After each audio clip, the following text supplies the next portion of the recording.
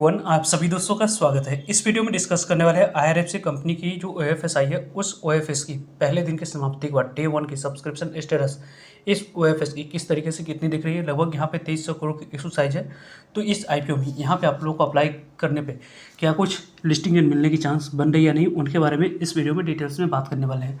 So video को इन तक देखिएगा और ऐसे ही daily IPO grey market premium से जुड़ी अपडेट के लिए चैनल को सब्सक्राइब कर लीजिए। साथ ही कमेंट्स में टेलीग्राम ग्रुप का लिंक दिया गया, वहाँ भी जुड़ सकते हो टाइम पे अपडेट के लिए। फर्स्ट ऑफ ऑल इसकी यदि हम लोग बात करें तो पहले दिन यहाँ पे नॉन रिटेलर्स के लिए विंडोज ओपन रखा गया था। इसमें आप लोगों को यहाँ पे जो 24 जून आज के डेट में यहाँ पे नॉन अप्लाई करने की जो अपॉर्चुनिटी रखी गई थी, इसमें आप लोगों को 91 रुपीज़ फ्लोर प्राइस रखा गया, यानी कि इस फ्लोर प्राइस पे आपको शेयर एलोकेट किया जाएगा। लास्ट ट्रेडिंग प्राइस इस कंपनी की 91 रुपीज़ 95 पैसा रहा था। यहाँ पे इस कंपनी के बारे में बात करें तो ऑफर साइज़ के बारे में बात करते हैं। तो जो यहाँ पे शेयर एलोकेट करने के लिए रखा गया था उनके बारे में बात करें तो यहाँ पे आप लोगों को लगभग जो शेयर एलोकेट करने के लिए रखी गई है उनकी यदि हम लोग बात करें तो वो आपको लगभग 7,55,37,889 इक्विटी शेयर ऑफर करने के लिए रखा गया। उसके लिए यहाँ पे यदि हम लोग बात करें तो लगभग आपको 21,87,78,389 इक्विटी शेयर की बोली लग चुकी है, यानी कि आपको 186% तक ये आपको ये ओएफएस सब्सक्राइब होते हुए देखिए। लगभग यहाँ पे कर सकते हैं कि आपको इस ओएफएस के बारे में बात करें तो 1.86 टाइम्स तक की ओएफएस सब्सक्राइब होते हुए देखिए, जो कि अच्छी रिस्पांस इस आईपीओ में दिख रही है। जिस तरीके की जैसी रिस्पांस इस आईपीओ में दिखी है उसके अकॉर्डिंग यदि हम लोग डिस्कस करें तो यहाँ पे आप लोगों की बात करते हैं तो आपको इस आईपीओ में नॉन रिटेलर्स यानी कि रिटेलर्स कैटेगरी में आपको अप्लाई करने की अपॉर्चुनिटी को देख रहे हैं तो यहाँ पे आपको 25 जून रखा गया, यानी कि आपको कल के डेट में इस ओएफएस में आपको अप्लाई करने की अपॉर्चुनिटी मिलते हुए दिखेगी। वैसे इस कंपनी में लगभग गवर्नमेंट ऑफ इंडिया के द्वारा 2% तक की स्टेक सेल करी जा रही है। लगभग यहाँ पे 2300 करोड़ तक की वैल्यू की शेयर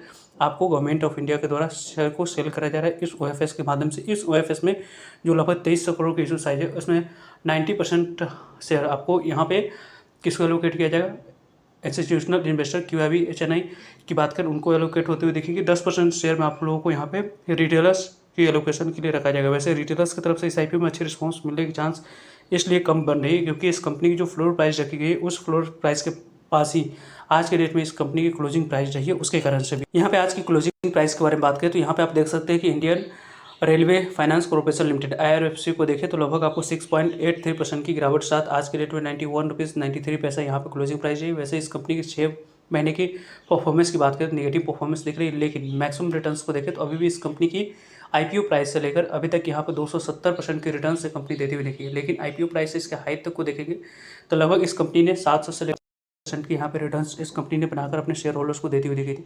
वहाँ से करेक्शन के बाद इस करेक्शन में आपको ओएफएस के माध्यम से यहाँ पे गवर्नमेंट ऑफ इंडिया के द्वारा अपने स्टेक को सेल करी जा रही है। इस स्टेक सेल में जो सेबी की गाइडलाइंस है उसके अकॉर्डिंग यहाँ पे प्रमोटर्स की होल्डिंग लगभग आपको 75% या उससे कम रहनी चाहिए। उसी यहाँ पे नॉर्म्स को फॉलो करने के लिए सेबी की जो नॉर्म्स है उसको फॉलो करने के लिए आप लोगों को गवर्नमेंट ऑफ इंडिया के द्वारा यहाँ पे स्टेक को सेल किया जा रहा है। इस कंपनी बात करें हम लोग यहाँ पे देख सकते हैं कि लगभग 2300 करोड़ तक की इशू साइज है। इस इशू साइज में यदि हम लोग बात करते हैं तो यहाँ पर 2% की स्टेक गवर्नमेंट ऑफ इंडिया के द्वारा आपको सेल करी जा रही है। 91 रुपीज़ कंपनी की यहाँ फ्लोर प्राइस रखा गया, इसी फ्लोर प्राइस पे आपको शेयर एलोकेट किया जाएगा और इसी फ्लोर प्राइस पे यहाँ पे बात करें तो शेयर प्राइस आपको कारोबार करते हुए दिख रही है। यानी अप्लाई करने की प्लानिंग करें उनको यहाँ पे अपॉर्चुनिटी मिल रही है कि इस कंपनी की बात करें तो आपको ओएफएस में अप्लाई ना करके ओपन मार्केट में भी यहाँ पे शेयर को सेल ओपन मार्केट में भी शेयर को बाइंग कर सकते हैं। इसके कारण से इस ओएफएस में रिटेलर्स की पार्टिसिपेशन यहाँ पे कम दिखेगी, इसकी चांस ज़्यादा पड़नी। वैसे पर्सनली आप मुझसे पूछोगे तो इस ओएफएस में यहाँ पे मैं अप्लाई नहीं करा क्योंकि इस आईपीओ में ओएफएस में किसी भी तरीके कोई लिस्टिंग गेन उतनी शानदार मिलने की चांस नहीं है। साथ साथ अभी यहाँ पे डाउन ट्रेंड में इस कंपनी की चार्ट पैटर्न्स दिख रही है, उसके कारण से भी इस कंपनी में अभी शॉर्ट टर्म में यहाँ पे देखने की बात करते हैं वहाँ पे आपको गेन की, तो इसमें आपको शॉर्ट टर्म में गेन मिलने की चांस तो इससे कम बन रही है। वैसे IRFC में किसी भी तरीके कोई और फर्दर यहाँ पे गेन या मोमेंटम की बात करें आएगी फ्यूचर में तो वीडियो के माध्यम से आप लोगों को तो अपडेट पहुँच जाएगी।